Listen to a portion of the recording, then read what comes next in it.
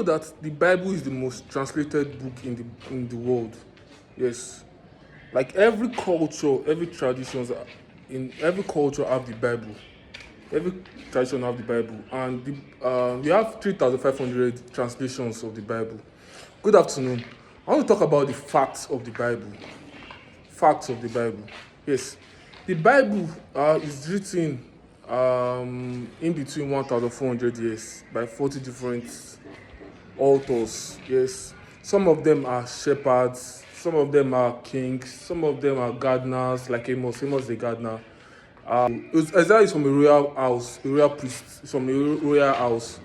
Yes, Isaiah is from a royal house. Some of them are gardeners, kings, shepherds, and some of them are even fishermen. Fishermen. Soon we have doctors. Yes, all these people combined together wrote the Bible, and the Bible is written between 1,400 years. Yes, from the beginning to the from the from the beginning of 1,000 years, from the beginning to the last year, proves one thing, that God is the solution of humanity. God is the solution of humanity. Yes, from the beginning of man, yes, God have been trying to actually find a way to actually solve human problems. God created us, yes, and we sinned against Him. Yes, all the sins we committed was actually against Him. Yes, so the Bible is there for us to actually know more about God, not to sin against God. To know more about God, help with this, with the help of the Spirit of God, because the Spirit of God will direct us on what to do. And again, do you know that the actors in the Bible are influenced by God? Yes, like Joseph. Joseph, when wanted to sin, he said that I should do this and sin against God. It's only the Spirit of God that can help someone to do that. Joseph, Moses says, the Spirit of God influenced Moses to write the book of Genesis. Because how will someone know the beginning of man, the beginning of the world? Yes, except through faith. And the Spirit of God that can influence someone. Even Abraham, the Spirit of God influenced him. Through faith, he left his father's house.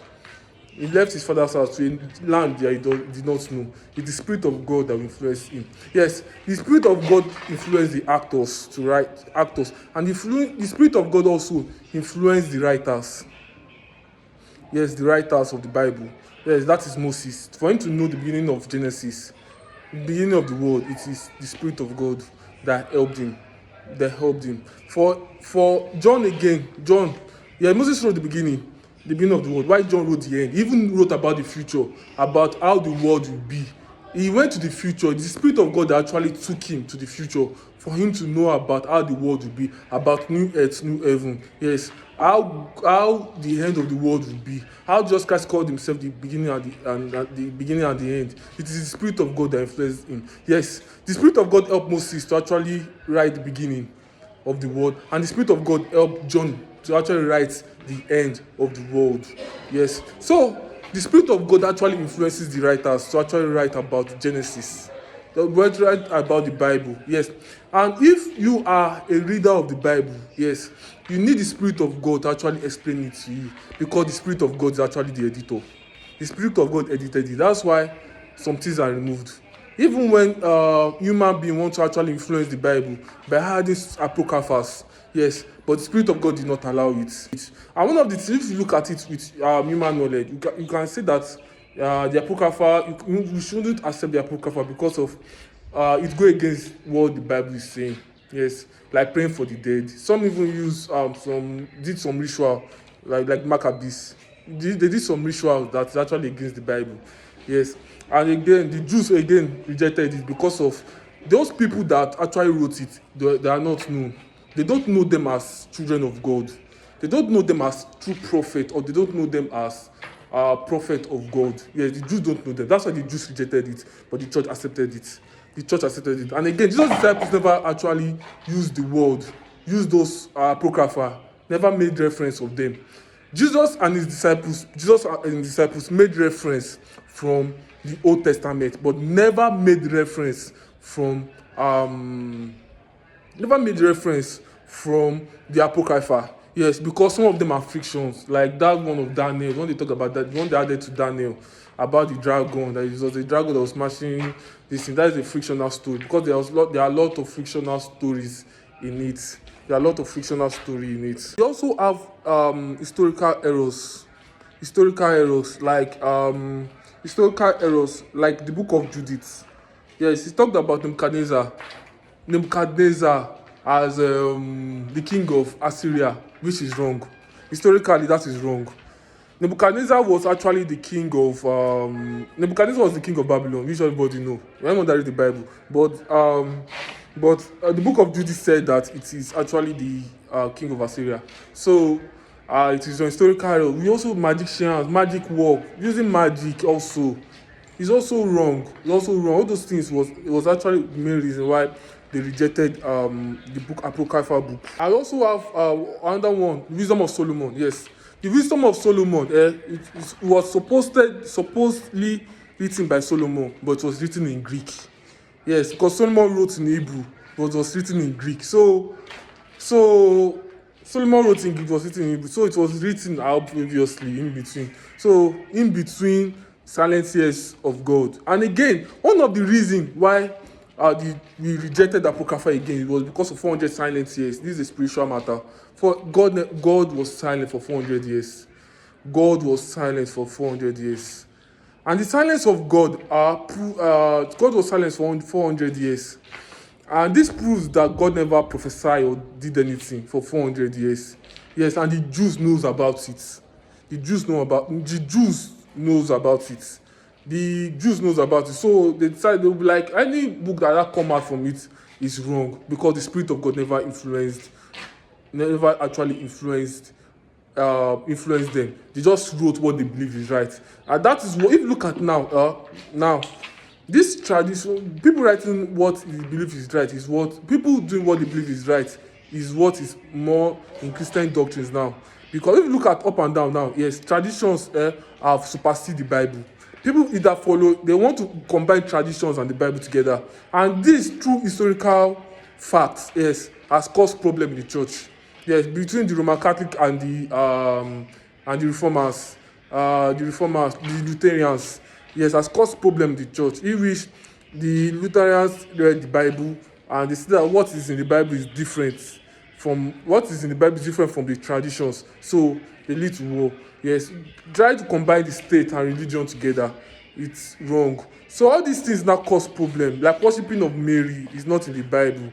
Even when Jesus Christ said that my brothers and sisters and mothers are people that obey the word of God. That's what Jesus Christ said. That's what Christ said. But they still worship Mary. Even when we have our son that stand beside of God as our intermediary between God and man. Yes, Jesus Christ is our intermediary because Jesus Christ is a human being. So he understands what humanity is. So he goes to God as a human and as a God, as a holy sacrifice that God can reject, and as our advocate between God, because of he's a human. So he represented us as human in front of God. Yes. So they now put that idea on Mary. They said Mary should be that, which is also wrong. So human idea also, yes, is want to find its way in the Bible, but the Spirit of God edited that. The Spirit of God edited. So I just want you to know again is this: anywhere the Bible finds itself, there's always freedom.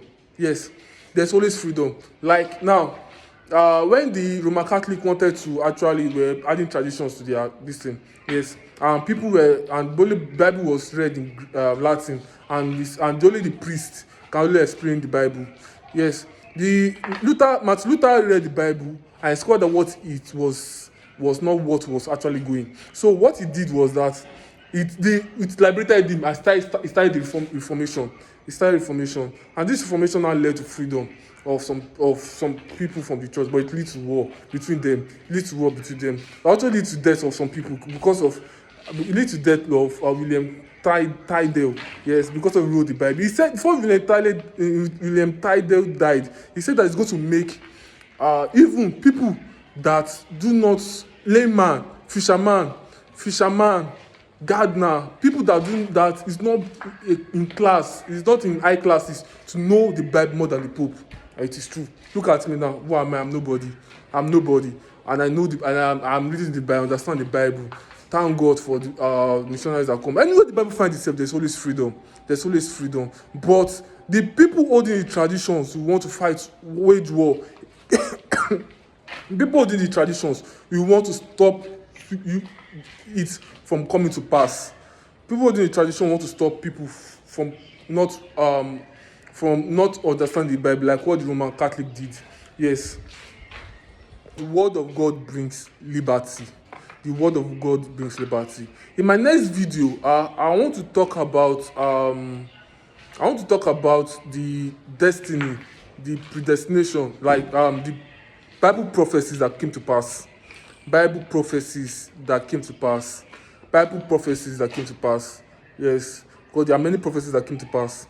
And historically, we can actually see it in history. This proves that the Bible is true, because the Bible is one of the reasons I'm a Christian. The Bible is actually a big reason why I'm a Christian, because of historical facts. Now, I want to tell you about the historical facts of the Bible. This one, I'm going to have to read it out, because I don't actually have most of